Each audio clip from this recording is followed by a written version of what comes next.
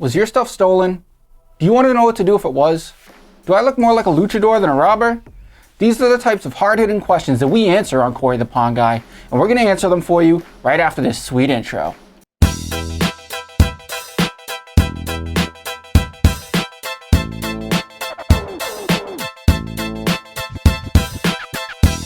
All right, first things first, if your stuff was stolen and you're watching this video to find out what to do, time is super of the essence here. I need you to pause the video and go create a police report.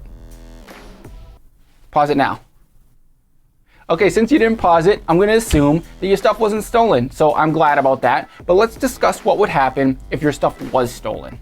The reason why it's so important to file that report right away is because each state has different regulations on how long they require their secondhand stores to hold on to items after they purchase it. Some are as short as 24 hours and others are as long as 30 days. But they only have to hold on to it for that period to make sure it clears and it wasn't stolen. After that time, they can sell it. When somebody sells something to a pawn shop, that shop has to take in that person's ID. They'll take all the information from it, like this one here. Then they have to describe the item that was brought in, serial number. If it's gold, they have to take down the weight and the carat and everything and describe it. Then once the person leaves and they signed all the paperwork, then they have to upload it onto whatever platform that governing body of that state decides they have to upload it onto. Here in Rhode Island, it's the Attorney General. Massachusetts, each town has a different regulation. New Hampshire is a site called Leads Online that they upload to. And these are sites that detectives can then go on to and search for your stolen items.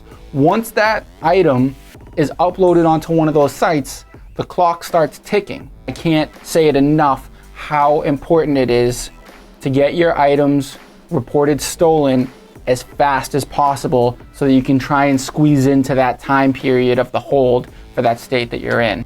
All right, let's say your stuff does get found. Yay, you found your stuff. You go down to the pawn shop. You say, hey, you have my stuff. I know who stole it. Let me get my stuff back. Guess what? They're not giving it to you.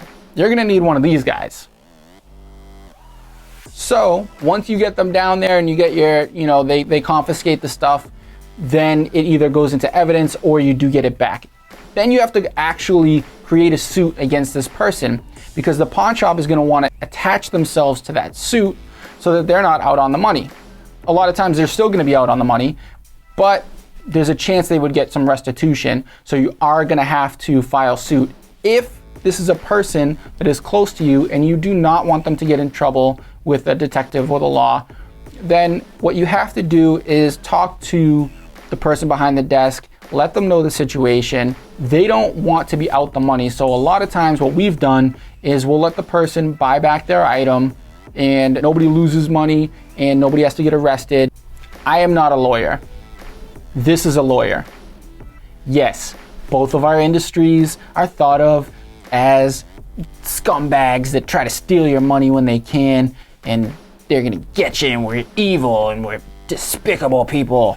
But I'm not a lawyer. So go get yourself a lawyer if you want any legal advice. Don't take the legal advice from me. I'm just a dude in a money suit. If you're watching this video, I consider you a friend. And I tell my friends the truth. So I'm gonna be real with you.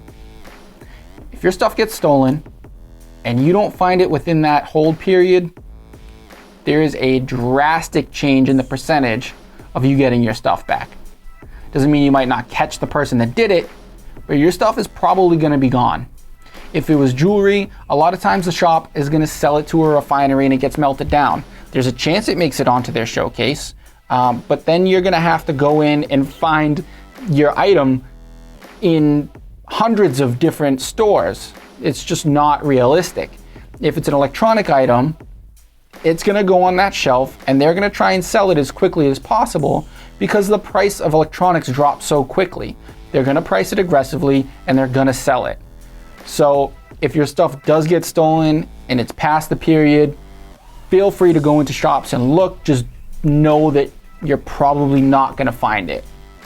I don't want you ruining relationships with people But I will say, after working in the pawn industry at the time of this video for about 15 years, most of the time that stuff gets stolen, it is stolen by a friend or family member. Cocaine is a hell of a drug.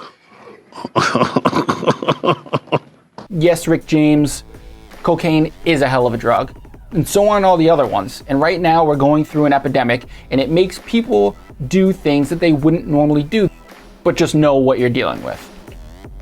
Thank you so much once again for watching episode 4, Corey the Pawn Guy, what to do if your items get stolen. If you're watching this because your items did get stolen, I'm so sorry that that happened to you, but please DM me if you have any questions. I'll try and help you out the best that I can. If you're watching this video because you're a thief and you want to know if you steal something, what's going to happen, well, I'm going to tell you this right now. You're a loser, but a loser that can still subscribe to my channel. So click subscribe, click the bell, and I want to thank you guys so much once again. Let's take this thing to the moon.